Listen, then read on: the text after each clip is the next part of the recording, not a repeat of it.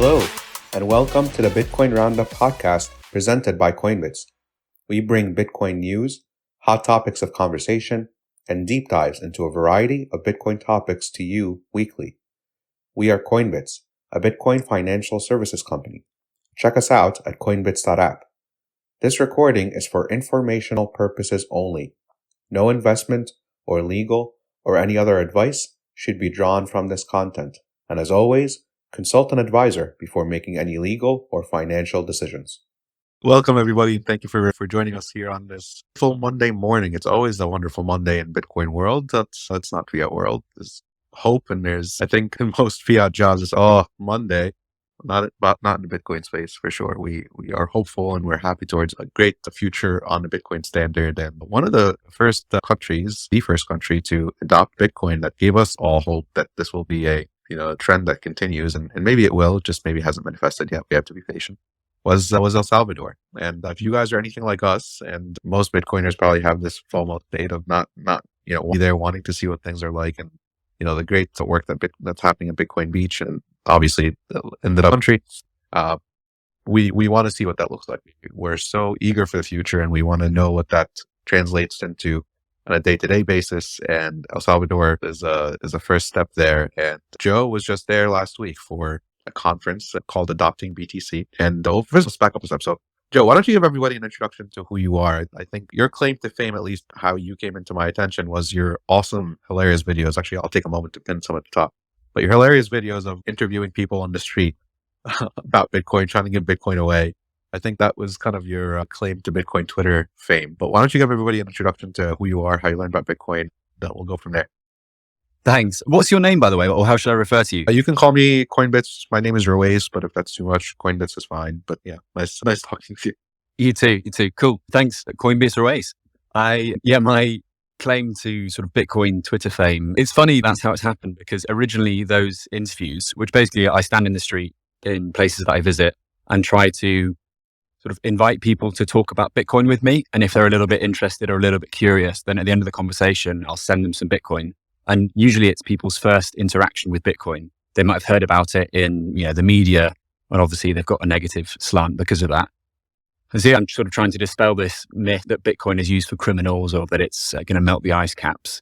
But it's funny, that was my foray into Bitcoin Twitter, because the reason why I started doing those videos is because initially I was doing them with Cointelegraph. So Cointelegraph is a Bitcoin and shitcoin media company. And I've been a journalist with them for almost 2 years now. And basically we had this idea to do a crypto street video thing.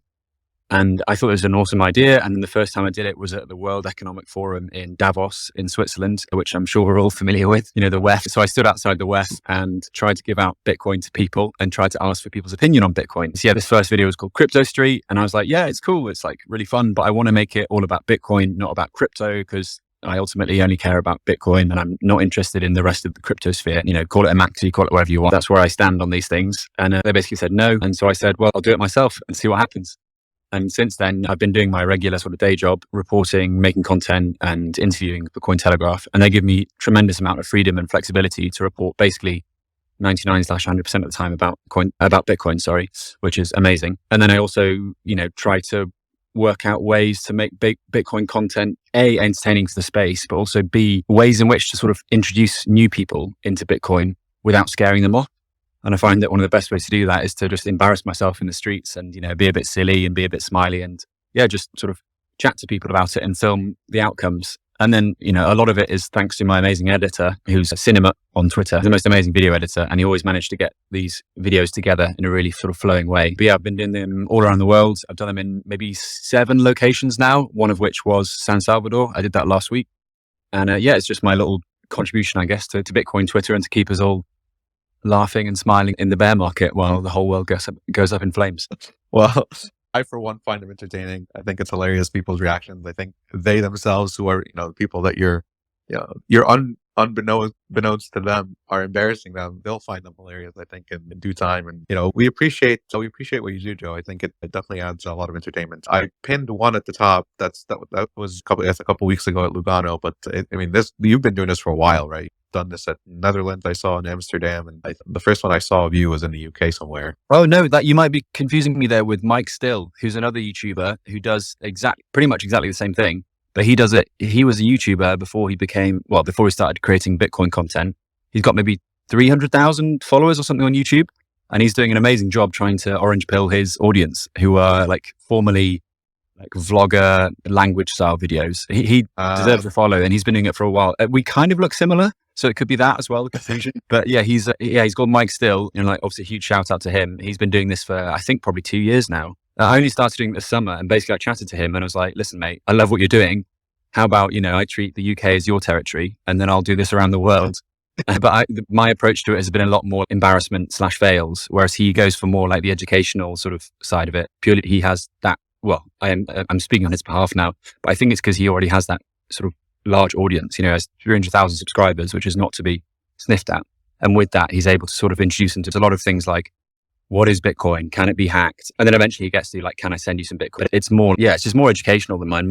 I'm definitely more going for entertainment and also for getting a sense of what Bitcoin adoption is like in a country or a territory or a city.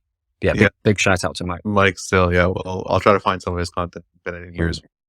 We appreciate what you do, and I think it's a much needed entertainment and some laughs during the bear market for sure. So thank you for all that you do, and thank you for being honest and transparent about what you do for Cointelegraph, and for acknowledging that it's possible to be a Bitcoiner in a non-Bitcoin only organization that's reporting in the space. So thank you for that.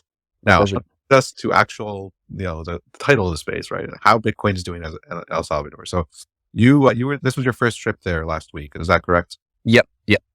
Okay. So you land there, right? You've never been to El Salvador before. You've never been to a Bitcoin country before. Well, tell us, walk us through your first impressions of the Jet country for those who have never been there. Sure. I mean, the first thing is that, you want to pay your visa in Bitcoin when you get there. And I realized quite quickly that a lot of the Bitcoiners who are sort of respected Bitcoiners in this space, they're not even paying for their visas in Bitcoin when they first get to the country. So that was a little bit annoying to see. And then the funny part is that I went to pay my visa and I was desperate to pay in Bitcoin. It's like, I'm paying my visa into a country in Bitcoin. And the security, or whatever they're called, the border patrol guy is, why are you still here? And I was like, I need to pay my visa. And he was like, no, you don't. I was like, what do you mean? I was like, I want to pay in Bitcoin. And he was like, no, English people don't have to pay for a visa here. So I was a little bit sort of disappointed by the fact that my first, supposed interaction with Bitcoin failed. But that was purely because of my own lack of understanding that, certain territories don't actually have to pay for a visa. So that's good news. If you're British in the audience, then good for you. It's free to get into the country.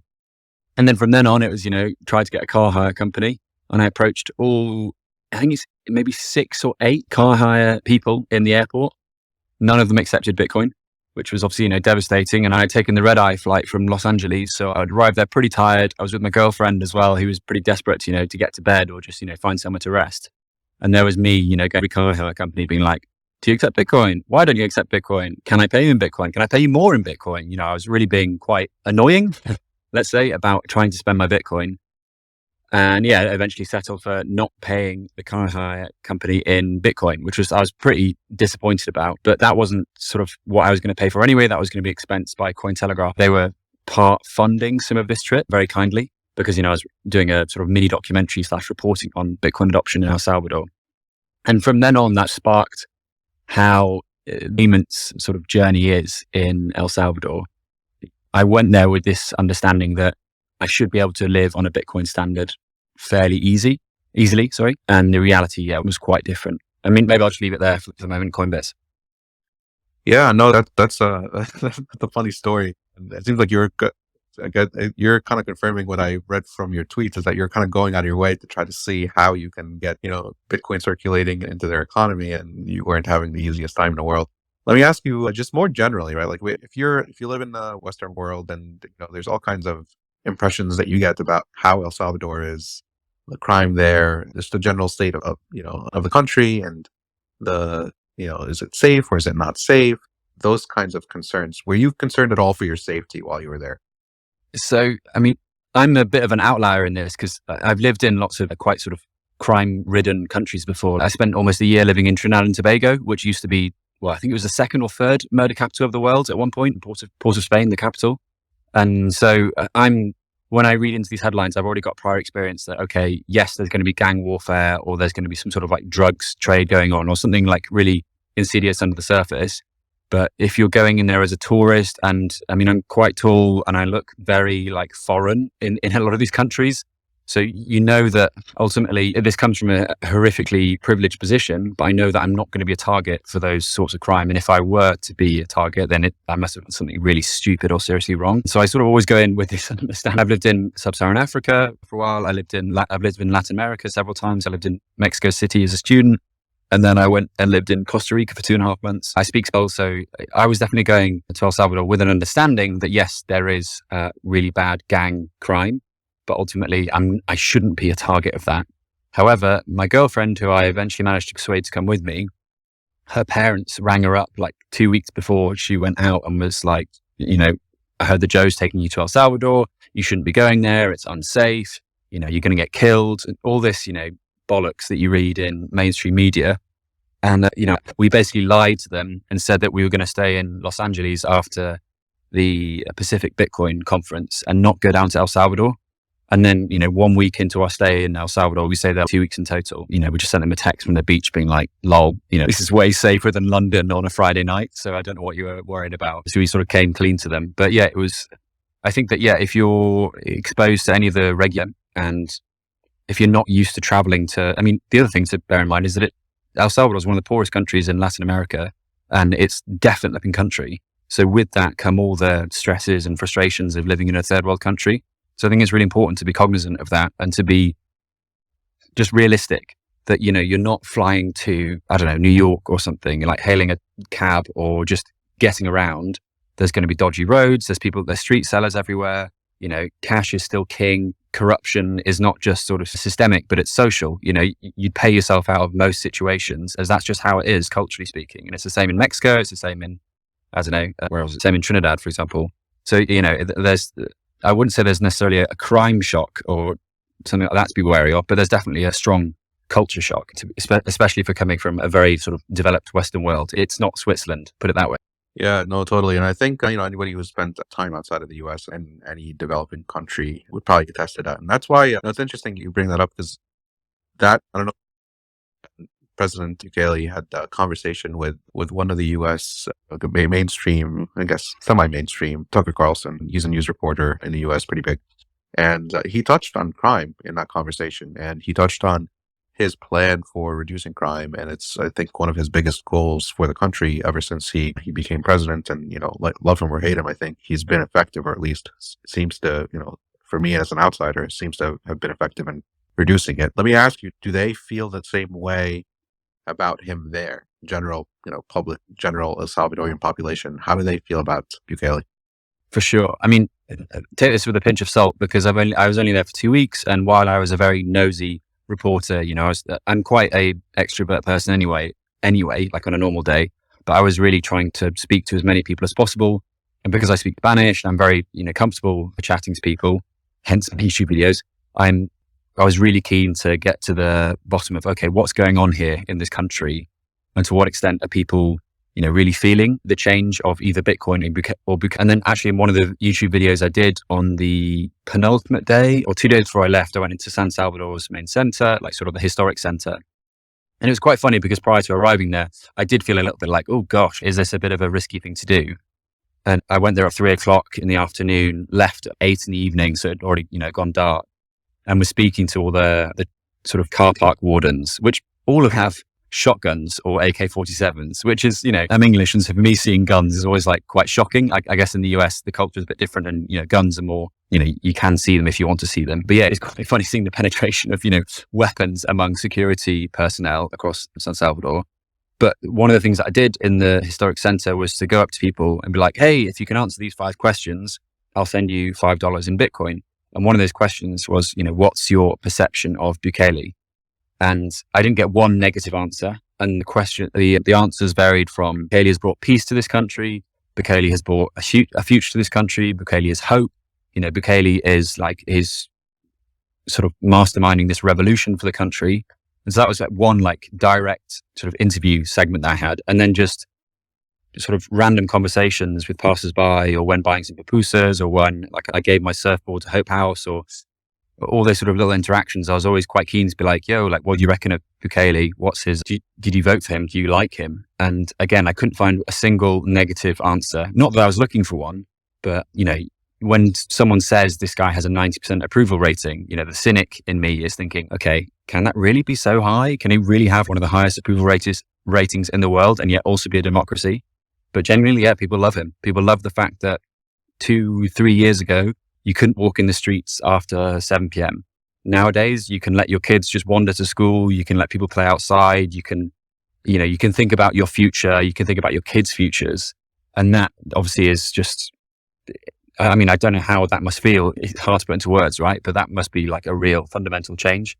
And that plus, you know, Bitcoin has really put El Salvador on the map. And so, yeah, I think that the people love him. And I mean, I can see why he's going for a second term. I don't want to get into political, but, you know, given the popularity he has, if he were to go for a second term, I'm sure that he would absolutely be a huge landslide in favor of. Assuming that there's no outside interference in their election, of course. Yeah. It's interesting.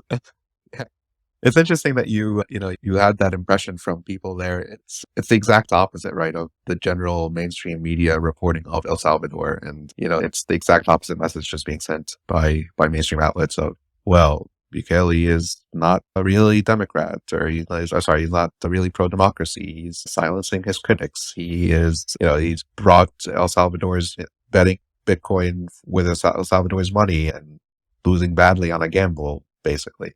And so it's interesting to hear, the perspective of people, albeit, again, we'll take it with a grain of salt. You only spent a limited amount of time there, but it's interesting to, that you being a Spanish speaker and being able to relate to people in their language. I think you're more likely to get an answer that a general, reporter would not necessarily, because you're able to just connect with people better.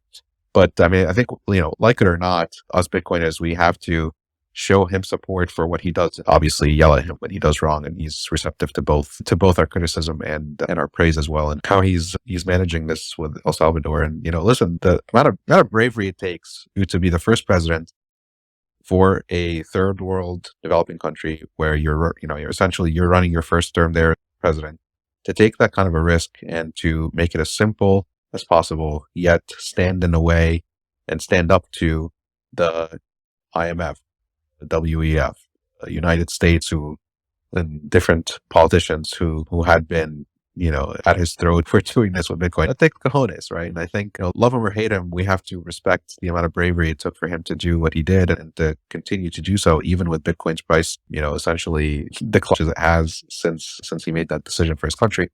And, we have to respect that whether we like him or not. And whether we like it or not, he's also going to be the face of Bitcoin in the entire region of Latin America. I mean, there's talks, I think there's whispers of Argentina potentially offering similar to El Salvador Bitcoin bond that he had proposed. Whether El Salvador and whether Bukele personally succeeds or fails is going to be, it's going to be impactful on the timing of the adoption of Bitcoin. I think we all know Bitcoin is inevitable. I think how quickly we get there is the question. And I think the success or failure of those early experiments will have a lot to do with that. I mean, to that point, I think Bukele, one of the biggest criticisms he's had is he sprung this up on people out of nowhere. He gave a very good amount of time for businesses, banks and the likes to adopt Coin well and to fully really understand it before kicking those laws into effect. That's probably the biggest criticism I've seen that's legitimate, that I would, call legitimate, of of El Salvador's Bitcoin standard. How well would you say the average person there understands Bitcoin, other than, hey, I can use this to pay now? And does that basically where the understanding ends for the average everyday El Salvadorian? Yeah, and unfortunately, I think in some ways it doesn't even start there. There's a lot of, this sounds like a criticism, and I don't want to make it sound like I'm, dunking on the Salvadorans or whatever. I had an amazing experience there. I was so welcomed. I'm going back next year. I'm just, trying to be honest and truthful. And, the whole point about Bitcoin is that it sets you free, right? So you should be able to speak honestly about things. And I know that I got into a lot of trouble for doing that and was, lambasted by certain people because of that, or because of being related to that. I don't know. I don't really want to go into it either. But yeah, basically every time I went to pay for something, it was tricky outside of the classic sort of Bitcoin hotspots. So in El Sonte, you can Bitcoin pretty much everywhere. There was actually one place I went for lunch with the guys from Osmo wallet, a Guatemalan wallet, who are, keenly observing what's going on in El Salvador because it's their neighboring country, because they want to do a similar thing in Guatemala. And, they've got some pro-coin politicians in Guatemala, and they've also got a lot of sort of groundswell in terms of, communities that are circular Bitcoin communities. Anyway, we went to pay the bill at this restaurant, which, looks onto the main point break, El Sonte's Bitcoin Beach. And we're all shocked, why are they not accepting Bitcoin in El Sonte? This is Bitcoin Beach. And again, I found a couple of other places, and I was the first person to pay for my hotel stay. This was actually incorrect after a while, as I found some people the previous year who paid their hotel stay there. Anyway, to answer your question with regards to sort of adoption, it obviously depends on where you are. It depends on the education level of these people. It depends on, how touristy that area is as well. Because you can find some like laser-eyed, seed oil disrespect to Salvadorans. And you can also find people that have never used a Bitcoin wallet in their life and have heard what Bitcoin is, but they think that Bitcoin is Chivo because, that's just unfortunately what has happened because of the Chivo effect in the country. So yeah, it really does vary. But I'd say if we're talking for like a general answer to this, then I'd say, yeah, the overall level in El Salvador, based on what I expected it to be, is very low. It's much better than every other country in the world, country mile, because, people at least acknowledge and understand that Bitcoin is a currency and it can be used for things. But ultimately, it's not very few people are picking up the Bitcoin standard or are actually running a node, for example. The people that were the people that were probably into Bitcoin prior to, the Bitcoin law and have, sort of, maybe they've capitalized on that fact as well. I don't know. But it'd be really interesting to find out actually how many people have actually been sort of orange pilled or at least set on a Bitcoin journey thanks to Bukele's Bitcoin law. That might actually be a really nice or interesting line of investigation. But also just one quick thing, your pinned tweet that you put there where I said, I spent my day off giving sats out on a volcano. Bukele actually retweeted that, which I thought was hilarious because in the video, I joke that I'm using a clipboard as protection against being shot. So he retweeted it, and then 4 hours later I saw that he deleted the tweet, and I was like, oh lol, I think he's actually watched the video and realized that this guy's joking about the murder rate in the country. So yeah, I almost got myself into some trouble for that one.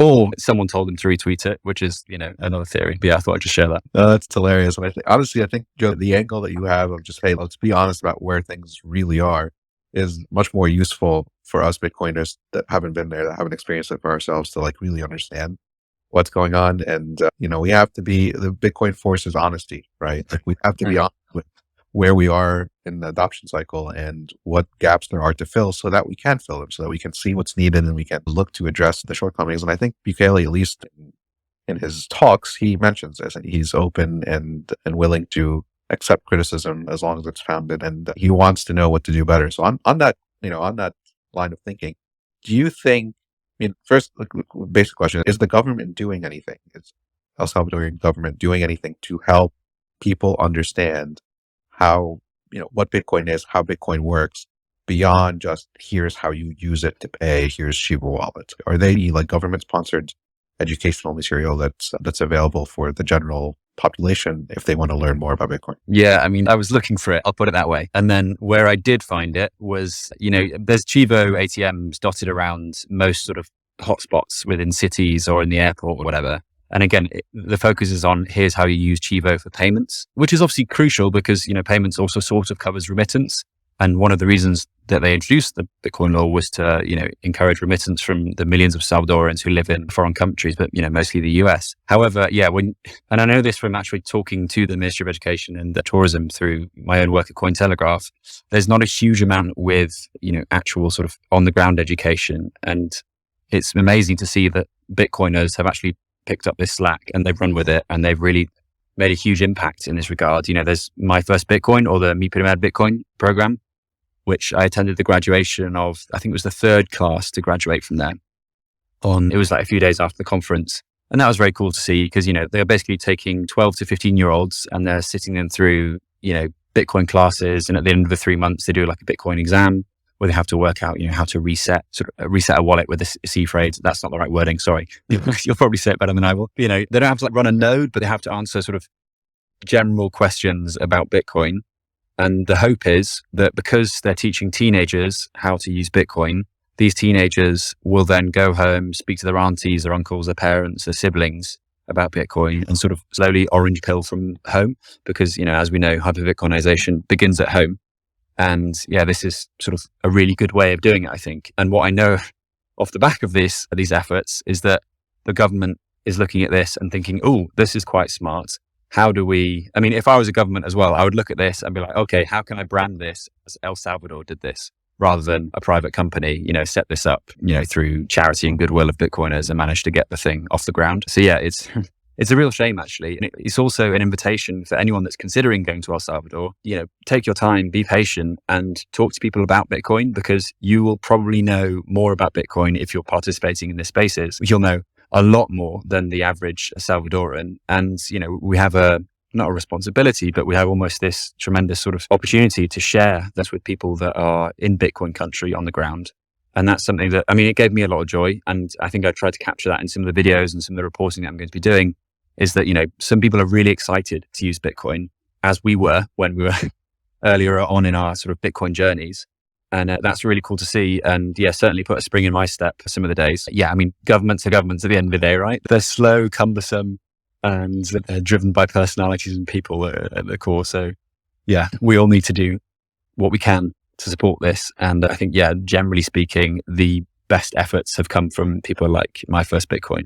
Shout out to them. It's very cool to see. Definitely. And I think it, as unfortunate for, the day-to-day person as that might be, it actually might be the best thing that happens to them, is to learn slowly, adopt it slowly. And like you educate a bunch of people and you hope that they understand it enough to go and do the same. And I think, speaking for myself and probably everybody in the space, anybody who's been down a Bitcoin rabbit hole, like there's no coming out of it. There's nobody who tries to spend some time to learn what Bitcoin is that comes out the other end basically the same person. So that's it's promising to hear that it's a grassroots type movement to spread knowledge and to spread awareness. And on the government side, it's good that they're at least allowing for that to happen and kind of acting as a forcing function for it to happen, because sooner or later those people that are learning now, they're going to be the capital allocators in that country, and they're going to make an impact. So we just have to be patient and watch how that plays out. Now, on the practical side, you mentioned a couple of examples already of how difficult it was for you to actually use Bitcoin as payment. Are businesses generally, at least from what you've seen, are they annoyed about having to accept Bitcoin? Is it a nuisance for them? Do they have what they would need to effectively run this? Are they holding Bitcoin? Are they, taking it just because they have to and then converting to US dollar? Like, what is the general, if you're a business owner in El Salvador who maybe only heard about Bitcoin through this new Bitcoin law, what is kind of your general sentiment around it? Yeah, good question.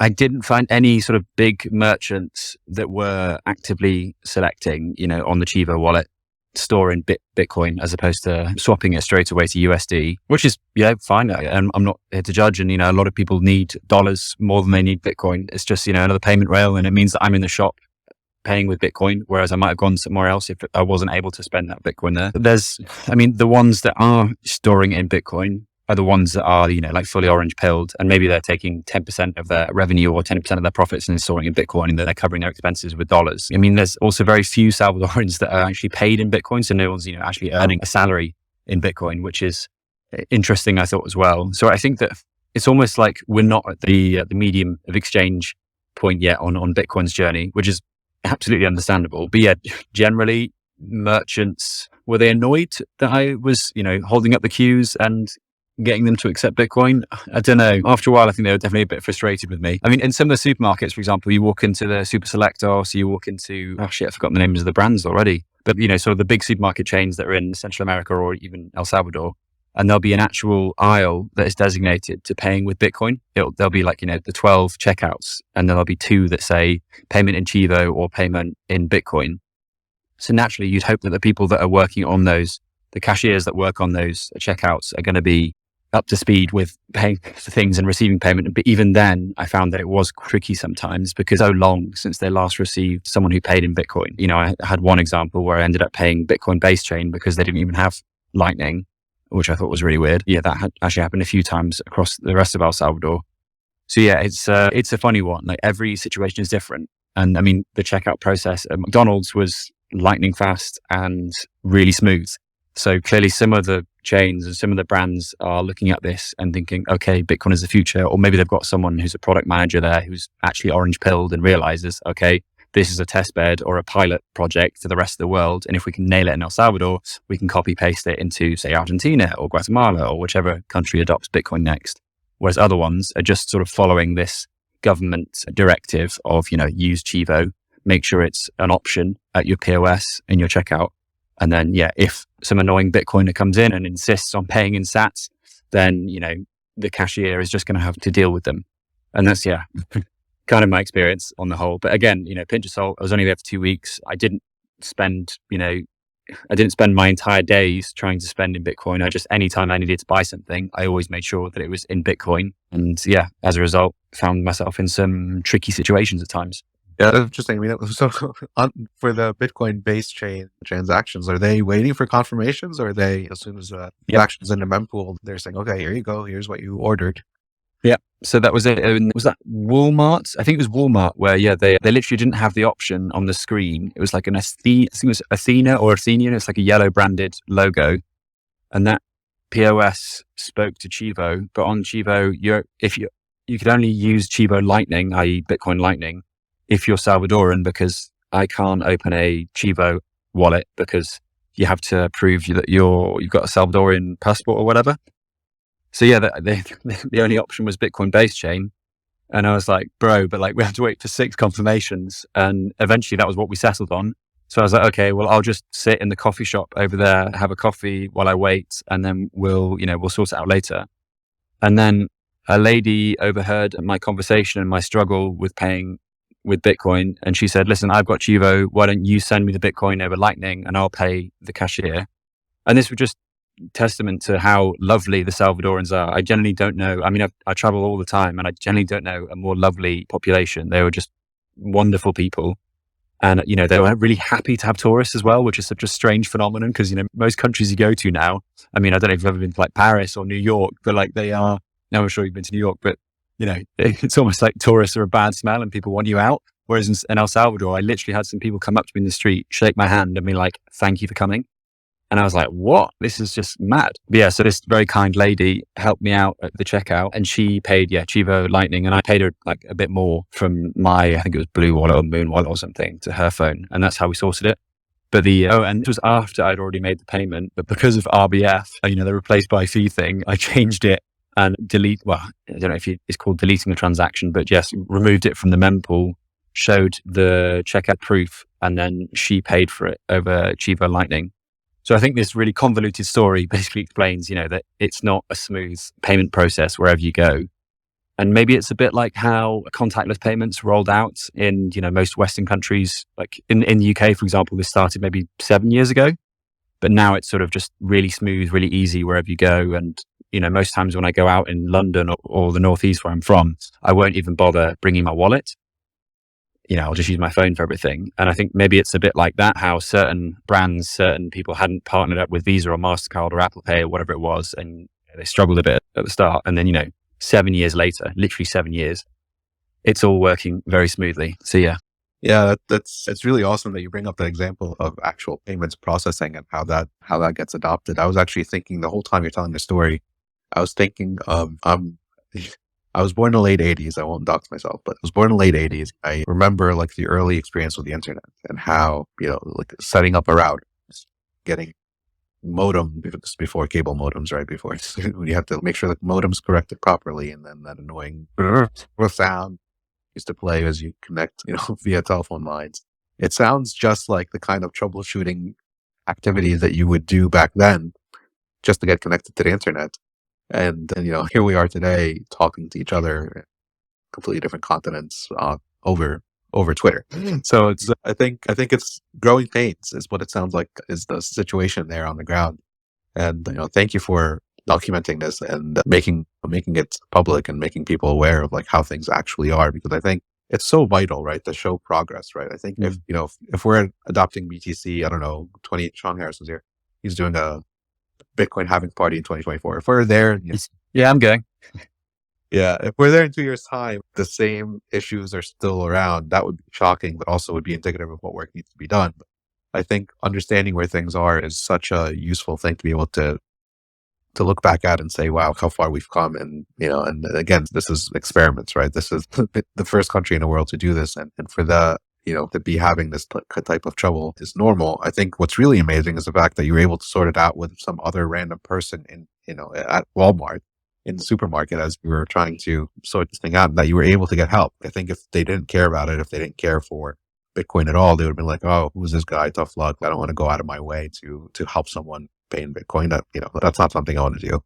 Yeah. And that doesn't seem to have been their reaction. And so the fact that they're willing to sort it out, I think in itself is very telling. Yeah, no, it is. And also just speaks volumes for the kindness and just how lovely that the Salvadorans are. Honestly, I can't overstate it. And the other thing that I found from, speaking the truth about my experience there is that lots of people wrote things like, oh shit, the UX could be improved here. Or, oh, look at that. I didn't realize that Blue Wallet was so slow in this environment or whatever it may be. And I was like, wow, like people are actually learning from this. And as a result, hopefully we'll be able to sort of flag for developers who, a lot of people aren't going to get the opportunity to go to El Salvador. A lot of people can't go to El Salvador. And so how are they going to learn from this? Well, they're going to learn from, people actually documenting what's going on, accurately and honestly on the ground. I'm not trying to say that El Salvador's failing. By no stretch of imagination is El Salvador's Bitcoin failing. Zero. The fact that I even went there is, a +1 for El Salvador. It was on my list of places to go to it's actually one of the locations for the World Surf League, another really good thing that Bukele's done. And so they hosted like a load of elite surfers there last year, and that kind of put El Salvador on the map. But then on top of that, you've got Bitcoin. And, I want to go to any place that adopts Bitcoin because, we're all in this for the long term. We all want to see this orange future. But yeah, I was just quite surprised by, while on stage I moderated Adopting Bitcoin, someone literally shouted at me, fuck you on your fucking Twitter feed. And I was like, wow, like people are really annoyed by the fact that people are telling the truth about what's going on here. And people are, it's a struggle to pay. That's not to take away from the fact that thousands or maybe tens of thousands of Bitcoiners have visited El Salvador, have spent money there, and they would have never dreamed of going to this country. And also the fact that it's put El Salvador on the map. It's doing this Bitcoin adoption and it's doing it in public and it's putting itself up to all this sort of scrutiny. I really just want to be careful with how I sort of frame things. Like, yes, payment is tricky, but, it's also fucking phenomenal to see this play out. And it's amazing it's a privilege to be part of that sort of playing out as well. And, I'm not a coder. I don't know I don't understand things technically. And so skills, okay, I'm good at talking to people and I'm good at reporting on things. So why don't I go and do that and see what that contributes to the space? And I just wanted to sort of highlight that, some people didn't like that and thought that in of itself was kind of fascinating and a bit beguiling. I was like, well, why is this happening? Yeah. You reminded me of a quote from Fajin, who doesn't talk about El Salvador specifically in this quote, but he's talking about, the state adoption in the world. And he's saying people put the unfair expectation on Bitcoin to grow from nothing, from non-existing to being world reserve money and being at 100% full adoption instantly. And that's just not how things work. And that's not how, society works. It's not how anything gets adopted. And so it's, I think we sometimes, we're impatient, and that's normal. That's, human nature to want things to play out the way that you want them immediately. And that's instant gratification culture, of course, doesn't help with that. But, listen, Bitcoiners are in this for the long term, and we're going to wait and we're going to see how things play out. And where there are gaps that need to be filled, we'll go and fill them. And entrepreneurs and, creators and, people like yourself who are just good communicators, people who do know how to code, people who are technical. I'm not technical myself, but people who are, anybody who has skill set that is on me is going to see what's needed and they're going to go help and plug in. So I guess that brings me to my next questions is, what do you see that people outside of El Salvador can do to help kind of Bitcoin adoption continue and thrive there? What would you say the biggest need is? Oh, that's a big one, isn't it? I mean, if you can, and you have the means and you're, fit and healthy and you're able to get the time off and you're not working 5 jobs, then do go to El Salvador. It will surprise you. It will enchant you. And I'm sure, like me, you'll want to come back as soon as possible. And, I'm already looking at going back there in April, and I've got some sort of content ideas planned for that. If you can't, and you just want to support Bitcoin adoption, Bitcoin, wherever you are, then it's the usual things. When you're at your local store, just ask, can I pay in Bitcoin? When they laugh at you, laugh back and be like, yeah, no, I'm actually serious. And, try to build the conversation from there. Like, it's normal to be ridiculed in the Bitcoin space, but as you say, we're in this for the long haul. I'm a big believer that hyper-Bitcoinization begins at home. So if you can talk to your parents, your kids, your partner, and you haven't driven them mad yet already with your own orange pill journey, and if you can sort of like subtly find ways about Bitcoin with them, and that's awesome. For example, with my partner, she's not maths oriented at all, but she's the most highly emotionally intelligent person I know on the planet. And so I've, been trying to work out ways of talking about Bitcoin with her, and, we've managed. And, even in this winter, for example, my trick with my mum, who also one of the smartest people I know, she is completely like vehemently against Bitcoin. But I'm going to buy her a Bitcoin heater for Christmas, which you don't know it's a Bitcoin heater because it doesn't advertise it as such. It's a heater first, and then it's a Bitcoin miner second. And then the plan is to, in like a couple of months' time, rug pull her and be like, by the way, did you know that you're also securing the network and mining Bitcoin with this heater? So, be creative, treat it as a bit of fun. And, I came to this realization maybe like 3-4 months ago, but I'm going to be working on this for my whole life. So also, bear in mind that, as you say, we're not going to get to, a total Bitcoin world the next 5 years. So take your time, be patient, and don't worry when you get knocked back, because there's going to be plenty more of those, and you're going to annoy a lot more people. And that's in the Bitcoin community and outside the Bitcoin community. So yeah, it's those tiny little steps might seem like nothing, but you never know what might put someone on their orange pill journey. And failing that, I was thinking about this the other day, the best way to orange pill the entire world is to build the world's biggest crypto exchange and then rug it and ensure that everyone, loses their money. Because, I don't know how many people you've spoken to recently that are now finally taking custody of the keys. And you're like, why did we need FTX to go up in flames for you to realize that not your keys, not your coins? So yeah, that's my sort of last ditch, Hail Mary approach to orange pilling the world, which, work in progress. Yeah, please don't make another crypto exchange. That's the last thing we need. But no, those are prescient words there, Joe. And that's, you reminded me of my, I got my dad into Bitcoin. He's heard about it. My dad is, close to retirement. So he's not into what he considers gambling, but he's got him into Bitcoin, finally convinced him what I thought was the bottom at 50K. So since then he's, but part of orange pilling him, part of letting him know that, hey, this is volatile, this can go up, this can go down, don't be in this for the short term. I was telling him, we could wake up tomorrow and Bitcoin can be 10K. Like, how would you feel about that? He said, no, I don't care. This is better money. It's fine. Of course, that's easy to say at 50K. Now that it's at 16K, he wants to kill me. But on that note, yeah. On that note, how do El Salvadorians feel about the volatility in price? The fact that it's, the majority of their Bitcoin buys have been at much higher prices. And like you were saying, like, it seems like most people are just converting to USD, but do they care that it's going down? Do they understand it beyond that? Or is price USD exchange rate, I should call it, is that something that's on their minds there? Do they worry about price? That's and it's I actually didn't get that rebuttal or sort of that kickback from people, because there's always the opportunity with at least Chivo, and I think with Bitcoin Beach Wallet as well, to accept in US dollars, and people just naturally gravitated towards US dollars. But then there was quite a funny story from when we tipped the sort of the house, I don't know, you call it maids at the villa that we stayed at. So I stayed at, did Adopting Bitcoin, did a couple of days traveling, then did 3 days in El Sonte with a group of friends. There was like Obi from Fedimin and the guys from Apollo Sats, which is like this new Bitcoin review service, as well as like Greg Foss and and Paco de la India. Like some really like lovely people in the Bitcoin space. We went to pay tip the maids at the end, and naturally it was like, okay, get out your Bitcoin wallet of choice. They all went for Chivo. And then I was explaining to her, like, this is where you accept in Bitcoin or you accept in dollars. And she was like, oh, I think I want it in the dollars, don't I? And I was like, well, it's up to you. She was like, no, because if I remember, the dollar one stays the same, but the Bitcoin one always goes down. And I was like, oh shit, yeah, it's true. Like El Salvador's experience with Bitcoin is that Bitcoin goes down. They literally haven't seen Bitcoin go up. So it's going to really shock them when, it does eventually go back up, and they might be thinking, oh gosh, volatile upwards as well as downwards. I know that technically, was there a new all-time high after Lele Bitcoin? It was around August last year, wasn't it? There would have been an all-time high November last year, but still it was so brief and flitting. I mean, it didn't really punch through the last all-time high that I think that Bitcoin just Bitcoin number go down as opposed to what we all believe, which is, number actually go up. So yeah, I didn't actually get that, that usually I get that in other countries when I talk about Bitcoin, not in El Salvador, funnily enough.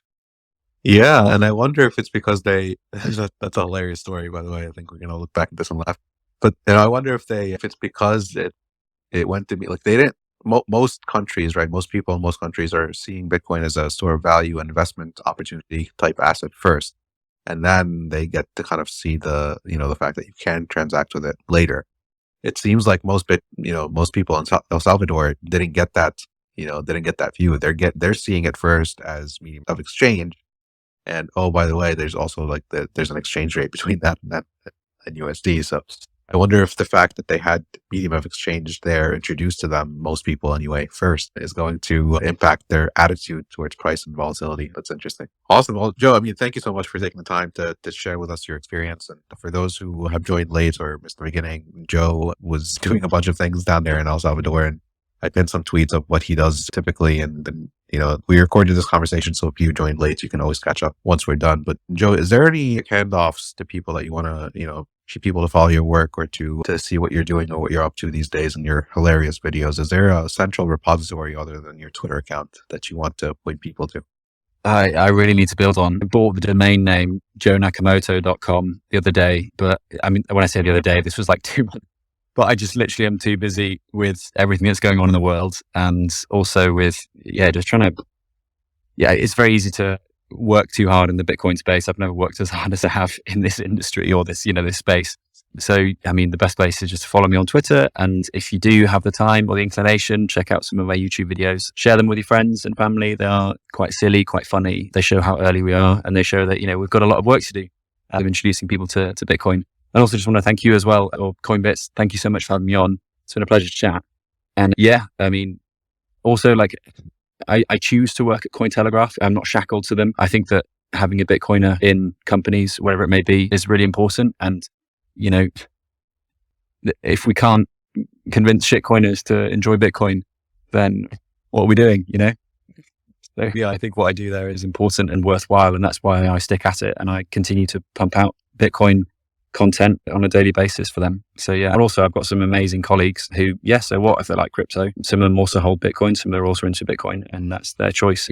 I'm not gonna, we're not gonna birth, millions of toxic maxis in the next sort of 6 months. So we've got to keep grinding and keep positive because the future is bright, the future is orange. And now I'm rambling, so I'm just going to shut up now. Sorry. No, I wasn't going to go there because I don't want into an uncomfortable conversation. That's not what this conversation was about. But listen, you handled that situation with Stacy like a pro, and I think you hit the nail on the head.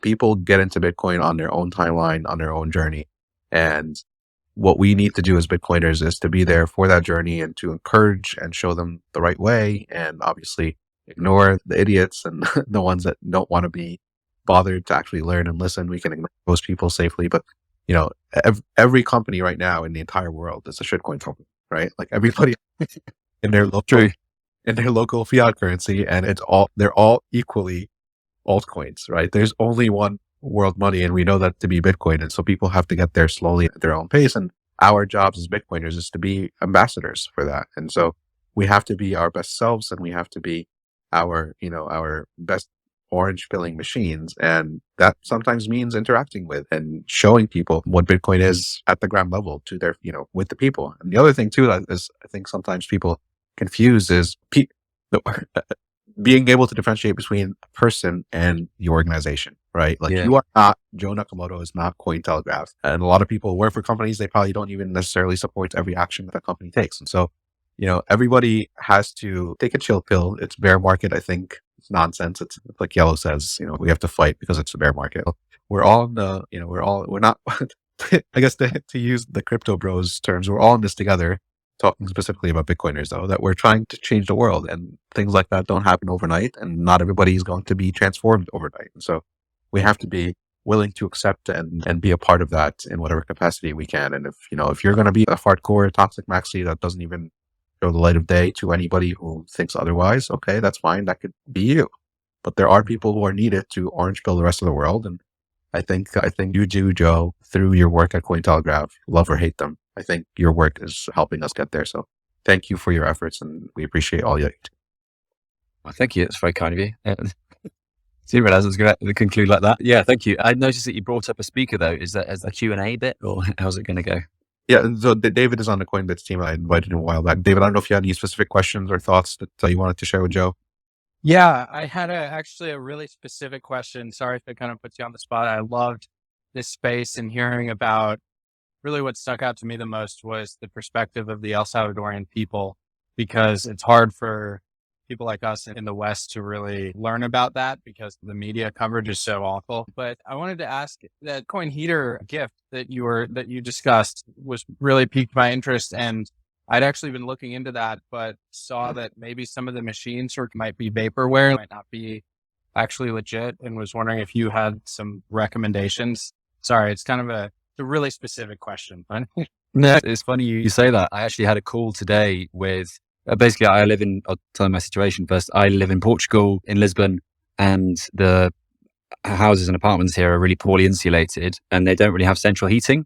So a lot of it is electric heating anyway. And yeah, I've been following these guys for a while. Heatbits, is it Heatbits? I think it's Heatbits. I had a call with them today, and there's a twofold sort of approach to this. Firstly, I want to heat my apartment over the winter with, cheap-ish, like effective heaters.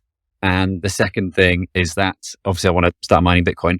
Sorry, the second thing was I wanted to report about whether or not it is possible to heat your apartment, mine Bitcoin, and not become, totally poor because of the experience in Europe, where obviously electricity prices are 4 or 5 times the price that they are in the US. And I've reported a lot about Bitcoin miner waste heat and the fact that could be a real revolution as well. Obviously there's, Bitcoin, but there's also Bitcoin miner waste heat, which is used for all sorts of things, from lumber mills in Norway to, what's his name? Bitcoin Business Cat, who's now making Bitcoin mined beef jerky. So he's trying out the beef with Bitcoin mine, all sorts of amazing, weird and wonderful others. The guy that heated a swimming pool, I reported on him. And yeah, I need to give this company, I don't know why I'm getting it wrong. Heatbit. Yeah, it's called Heatbit. And yeah, I had a chat with them today and I said, can I report about my experience setting one up and seeing if it's cost effective or not? And yeah, so I've bought one and it's coming in the next 10 days. So I will be able to tell you in the next 10 days how it looks, if it's really loud or not, if it does actually heat up my apartment. And from there, so it's on Twitter, it's @heatbit_com. And their whole thing is that they are heaters, not Bitcoin miners. And they've been sort of the best one I've seen so far. But as I say, don't trust, verify. So I'll let you know in the coming weeks if I'm able to use it successfully. But David, you sound like you're from the US, right? So I guess you've got cheaper sources of energy, and maybe you've got, oil and gas heaters as well. Yeah, I was just looking into one for an apartment, almost like it was more so just wanting to mine Bitcoin as well. But that's awesome. With respect to a review from you, you're giving us like all the information. Well, yeah, that's the plan. I wanted to film it and do an unboxing, do a review of setting up. And also the thing is that they describe themselves as a company that are also mining Bitcoin. And this is the thing that I liked about gifting it to my mum, for example, for Christmas, is that I'm giving her a heater. I'm not giving her a Bitcoin miner. And then, she'll learn about it later that it's a Bitcoin miner. And, Wi-Fi, it's not Ethernet cable, so you can plug it in anywhere you want as long as it's near to the router. And then it just has an app that you control the level on. And it tells you, how much Bitcoin you've mined. But my mum, being my mum, won't notice that originally. So she'll be mining Bitcoin, unbeknownst to her, which is also why I love, there are all these subtle ways to introduce people to Bitcoin now. Another classic, you follow Thunder Games. They've got Bitcoin Snake and they've got Coin Solitaire, all these sorts of things. And they're just great ways of getting people who are already sort of idle gamers. Suddenly they're earning sats and they realize, this sat thing isn't just a games token. It's actually a money that you can use to, buy stuff, whether it's BitRefill or El Salvador. So yeah, all these sort of mainstream bridges, I think, make me really sort of bullish as well as hopeful for Bitcoin adoption. Awesome, Joe. No, that's really helpful. And I think, personal touch that I think you bring to a lot of your reporting and to your stories and to your videos, I think that is much needed, because I think Bitcoin is here because of us. And so the more people that we are able to get into the Bitcoin space and the more personality we're able to give to Bitcoin is us. And Bitcoiners are what make Bitcoin what it is. And we need that to shine through. So Thank you for all that you do. Appreciate your time with us today. For those who have joined late, this conversation was recorded. It'll be available in our pinned tweet shortly after. We do these spaces, a quick plug here for Coinbits. So we do these spaces once a week, but because of the short week last week, at least in the US, we were able to get Joe today, and we have another one on Friday. We're going to be speaking to a Bitcoin venture capital fund, Channel Ventures, and we'll be talking to them about how we can, how they look at being Bitcoin specific venture capital firm, and especially in the light of everything that's happening with FTX and, the general investing world as of late. And so we do these weekly, and we hope to have you as regular listeners. And if you're in the US, if you have a US bank account, check out Coinbits.app. We just had a recent complete rebuild of our application, and it's wild. It's really nice. It's very user friendly. It's a great way to orange bill your family and friends. We have a couple of DCA features, Bitcoin roundups, which is what we were known for, but also a recent new product, Saving Habits. So check it out, Coinbits.app. It's a great way to get, especially around the holiday times. So get your friends and family off zero. Coinbits is a great way to do that. And we're Bitcoin only, and we are Bitcoiners through and through. So check us out, Coinbits.app. And we'd love to have you guys as regular listeners. If you're here joining our spaces for the first time, we usually do them on Friday afternoon. And, once in a while, obviously, we'll get an awesome speaker like Joe available at a different time of the day. And so Joe was kind enough to spend some time with us here today. And Joe, we definitely appreciate it. And thank you so much for taking the time.